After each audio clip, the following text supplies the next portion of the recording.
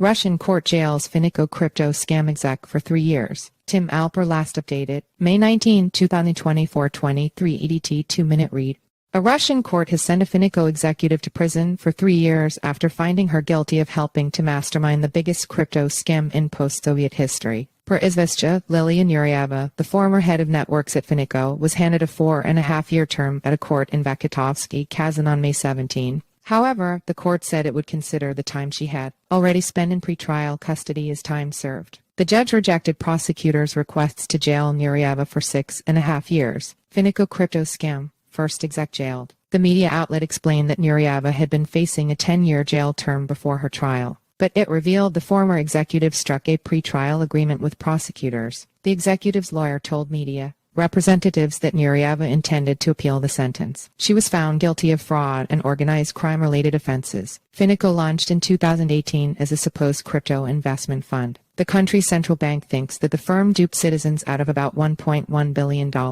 Much of this money is yet to be recovered. The project began to unravel in 2021, after which many of the Finiko masterminds fled overseas. After an extended international manhunt, Interpol arrested company founder Edvard Sabirov in the UAE in late 2022. Company founder Kirill Dorinin, the public face of the operation, was arrested in mid-2021. But Nurieva remains the first Finiko executive to have been found guilty and sentenced. Finiko told investors it operated an automated profit-generating system that guaranteed customers profits of up to 30% on stakes of $1,000 or above. The firm also ran a range of borrowing and financing services, all with extremely generous rates. Finiko gathered funds from its customers using Bitcoin BTC. It also issued its own cryptasset. Firm used Ponzi methods, court hears. Prosecutors think the company used newer clients' money in crypto to pay older investors. However, its platforms became unstable in mid-2021. Customers complained of late payments for much of the first part of the year. In June, payments were halted altogether. The value of its coin tanked, and Finiko offices throughout the country closed almost overnight. The Finiko executives have since blamed one another for the collapse. But during its heyday, Finiko was a huge hit on social media.